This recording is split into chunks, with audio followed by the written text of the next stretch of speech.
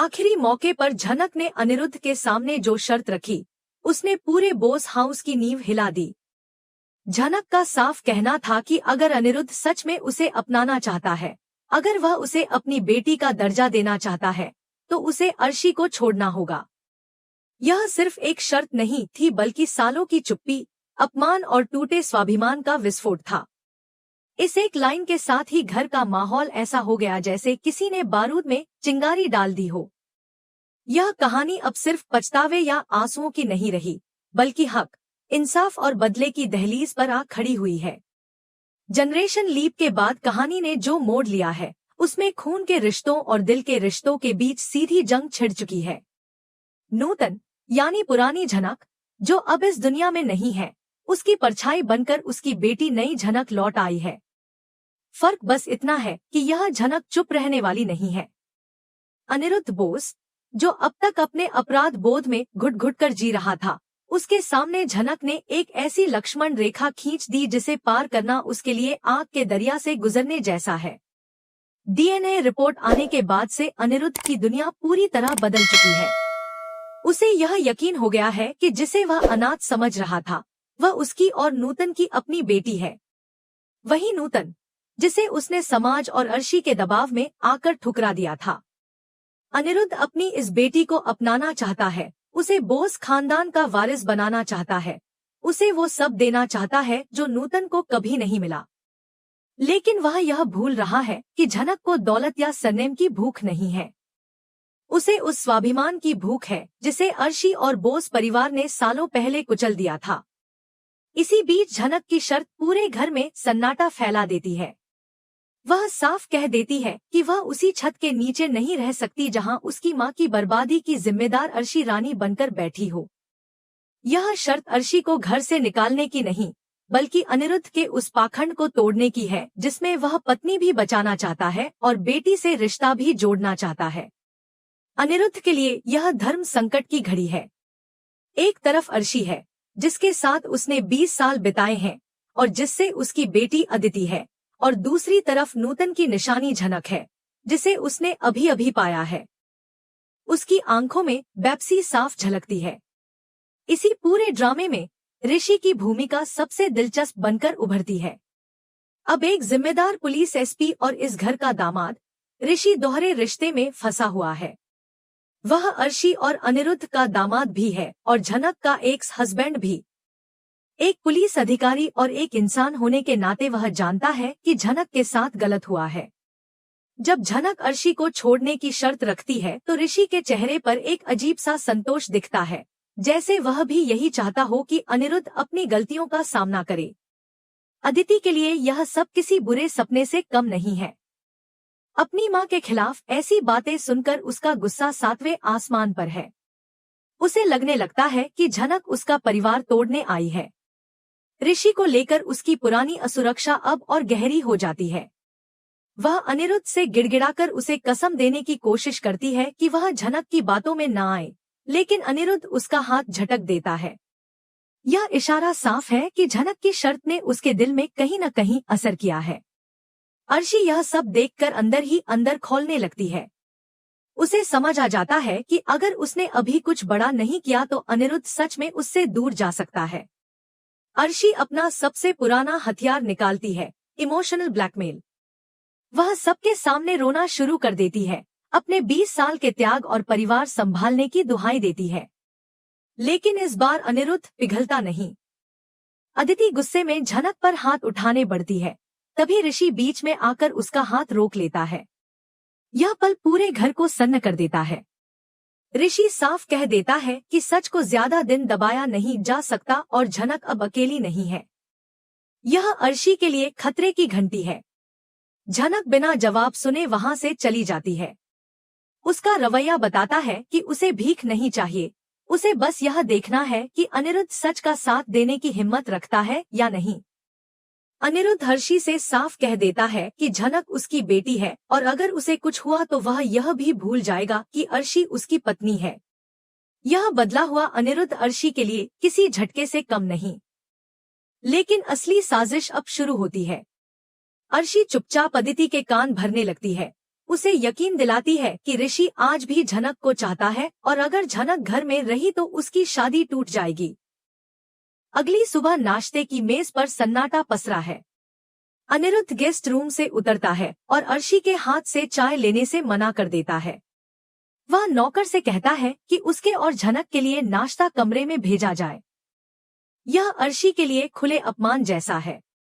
अदिति भड़क उठती है और ऋषि पर अपना गुस्सा निकालती है, लेकिन ऋषि साफ कह देता है कि वह पुलिस वाला है, गुंडा नहीं, और कानूनन झनक इस घर की वारिस है। इसी बीच अनिरुद्ध का वकील घर आता है। सबके सामने अनिरुद्ध उसे निर्देश देता है कि झनक को कानूनी तौर पर अपनाने की प्रक्रिया शुरू की जाए और यह खबर अखबार में छपे। यह सुनते ही अर्शी के पैरों तले जमीन खिसक जाती है। उसे प्रॉपर्टी से ज्यादा अपनी झूठी इज्जत के मिट्टी में मिलने का डर सताने लगता है। अर्शी वकील पर चीखने लगती है, उसके हाथ से फाइलें छीनने की कोशिश करती है, लेकिन इस बार अनिरुद्ध उसके सामने दीवार बनकर खड़ा हो जाता है। उसकी आवाज में पहली बार डर नहीं बल्कि दृढ़ता होती है। वह साफ शब्दों में कह देता है कि अब बहुत हो गया, दुनिया जो सोचना चाहे सोचे, वह अब और झूठ की जिंदगी नहीं जिएगा। सच सामने आएगा, चाहे उसकी कितनी भी कीमत क्यों न चुकानी पड़े। उसी वक्त सीढ़ियों के पास खड़ी झनक यह सब देख रही होती है। उसके चेहरे पर न कोई मुस्कान है और न ही जीत का अहंकार, बल्कि एक गहरा संतोष है, जैसे बरसों बाद सच ने सांस ली हो। ऋषि की नजर अनायास ही झनक से टकराती है। एक पल के लिए दोनों की आंखें बोल उठती हैं। ऋषि की नजरों में पछतावा है उस वक्त का जब वह झनक के लिए खुलकर खड़ा नहीं हो पाया था, और झनक की आंखों में आभार है आज उसके साथ देने के लिए। यह खामोश आई कांटेक्ट ज्यादा देर नहीं टिकता, क्योंकि ऊपर गैलरी में खड़ी अदिति सब देख लेती है। उसका रोता हुआ मन अब शक से यकीन की तरफ बढ़ जाता है। उसे लगने लगता है कि ऋषि और झनक के बीच कुछ अधूरा अब भी जिंदा है। यही गलतफहमी आने वाले वक्त में एक बड़े तूफान की नींव रख देती है। अदिति सीधे अपनी माँ के कमरे में जाती है और दरवाजा बंद कर लेती है। मां बेटी के बीच धीमी आवाज में एक खतरनाक बातचीत शुरू होती है। अर्शी उसे समझाती है कि अनिरुद्ध अब सीधे तरीके से कभी नहीं मानेगा। अब उन्हें ऐसा कदम उठाना होगा कि झनक खुद इस घर से भाग जाए। अर्शी की बात अधूरी रह जाती है, लेकिन उसके इरादे डरावने हैं। इसी बीच ऋषि का फोन बजता है। यह कॉल पुलिस हेडक्वार्टर से नहीं, बल्कि उसी पुराने अस्पताल से है जहां नूतन की मौत हुई थी। ऋषि ने चुपचाप नूतन की मेडिकल फाइलें निकलवाने को कहा था। फोन पर डॉक्टर जो बताता है, उससे ऋषि के पैरों तले जमीन खिसक जाती है। नूतन की मौत बीमारी से नहीं, बल्कि दवाओं के ओवरडोज और गलत इलाज से हुई थी, और उस वक्त अस्पताल के कागजों पर साइन करने वाला कोई और नहीं, बल्कि अर्शी के परिवार का करीबी था। ऋषि की मुट्ठियां भींच जाती हैं। अब उसके पास सिर्फ शक नहीं, एक ठोस सुराग है। वह जानता है कि अभी सच उछालना खतरे से खाली नहीं है।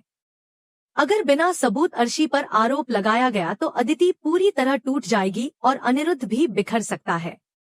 इसलिए ऋषि एक खतरनाक खेल खेलने का फैसला करता है। वह अर्शी को एहसास दिलाएगा कि वह सब जानता है, ताकि वह घबराकर कोई गलती करे। इधर अनिरुद्ध झनक के कमरे में है। वह अपनी बेटी के सामने हाथ जोड़कर माफी मांगता है और नूतन की कोई आखिरी निशानी मांगता है। झनक अपने बैग से नूतन की पुरानी डायरी निकालती है और अनिरुद्ध के हाथ में थमा देती है। वह कहती है कि इस डायरी में मां ने नफरत नहीं, सिर्फ इंतजार लिखा है। अनिरुद्ध जैसे जैसे पन्ने पलटता है, उसके आंसू बह निकलते हैं। उसे समझ आता है कि नूतन ने कभी उसे धोखा नहीं दिया था, बल्कि यह सब अर्शी की रची हुई साजिश थी। यह सच अनिरुद्ध के दिल में बची आखिरी नरमी को भी जला देता है। अब वह सिर्फ झनक का पिता नहीं, बल्कि नूतन का प्रेमी बनकर इंसाफ चाहता है। डायरी हाथ में लिए अनिरुद्ध हॉल में आता है और अर्शी को इतनी जोर से पुकारता है कि पूरा बोस हाउस कांप उठता है। वह डायरी उसके पैरों में फेंक देता है और सवाल पर सवाल दागता है। अर्शी घबराकर बहाने बनाने लगती है, लेकिन अनिरुद्ध का गुस्सा अब बेकाबू है। वह उसे घर से बाहर निकालने लगता है। तभी अदिति बीच में कूद पड़ती है। वह अनिरुद्ध के पैरों में गिरकर धमकी देती है कि अगर माँ इस घर से गई तो वह भी जीकर नहीं रहेगी। अदिति हाथ में चाकू उठा लेती है। पूरा घर सन्न रह जाता है। ऋषि तुरंत स्थिति संभालने की कोशिश करता है, लेकिन अदिति उस पर भी इल्जाम लगा देती है कि वह झनक के साथ मिलकर उसका घर तोड़ना चाहता है। अनिरुद्ध अपनी बेटी को इस हालत में देखकर टूट जाता है। अर्शी जानती है कि उसने फिर से बाजी पलट दी है। तभी झनक सीढ़ियों से उतरती है। वह बिना डरे अदिति के हाथ से चाकू छीन लेती है। उसकी हथेली कट जाती है, खून बहने लगता है, लेकिन उसकी आवाज शांत रहती है। वह अदिति को आईना दिखाती है और कहती है कि जान देने की धमकी कायर देते हैं। झनक की बात अदिति को झकझोर देती है। आखिरकार अनिरुद्ध फैसला करता है कि अदिति की खातिर अर्शी घर में रहेगी, लेकिन अब वह उसके लिए मर चुकी है। झनक को वही हक मिलेगा जो अदिति को है और नूतन को इंसाफ जरूर मिलेगा। ऋषि इस पूरे घटनाक्रम में अर्शी के चेहरे के भाव नोटिस करता है और समझ जाता है कि अदिति का यह नाटक भी अर्शी की सिखाई हुई चाल है। रात को ऋषि डॉक्टर सान्याल को ट्रेस करने की कोशिश करता है। तभी झनक उसके कमरे में आती है और डायरी का आखिरी पन्ना दिखाती है, जिसमें डॉक्टर सान्याल का नाम लिखा है। दोनों के बीच एक अनकहा समझौता हो जाता है। वे एक टीम बन जाते हैं, बिना किसी रिश्ते की लकीर लांघे। लेकिन उन्हें नहीं पता कि दरवाजे के पीछे अर्शी उनकी बातें सुन रही है। इसके बाद कहानी रफ्तार पकड़ लेती है। अर्शी अपने पुराने गुंडों को डॉक्टर सान्याल को चुप कराने भेज देती है, लेकिन ऋषि पहले ही डॉक्टर की सुरक्षा बढ़ा चुका होता है। ऐन वक्त पर पुलिस पहुंचती है और डॉक्टर को बचा लेती है। डर के मारे डॉक्टर सब सच उगल देता है। वह कबूल करता है कि नूतन को स्लो पॉइजन दिया गया था और रिपोर्ट बदलने के बदले उसे पैसे मिले थे। अगली सुबह ऋषि डॉक्टर को लेकर बोस हाउस पहुंचता है। डॉक्टर का बयान सुनते ही अर्शी का सच सबके सामने आ जाता है। अदिति का दिल टूट जाता है। वह पहली बार अपनी मां से पीछे हटती है। अनिरुद्ध पुलिस को आदेश देता है और अर्शी को हथकड़ी लग जाती है। जाते जाते अर्शी झनक को धमकी देती है, लेकिन झनक शांत स्वर में कहती है कि बुराई का अंत तय होता है। अर्शी के जाने के बाद घर में भारी सन्नाटा है, लेकिन यह बोझ उतरने का सन्नाटा है। अनिरुद्ध झनक से माफी मांगता है और झनक उसे स्वीकार कर लेती है। अदिति शर्मिंदा होकर घर छोड़ना चाहती है, लेकिन झनक उसे बहन कहकर रोक लेती है। दोनों गले मिलती हैं। दूर खड़ा ऋषि यह सब देखता है और मन ही मन अपने पहले प्यार को अलविदा कह देता है, यह जानते हुए कि अब उनकी राहें हमेशा के लिए अलग हैं।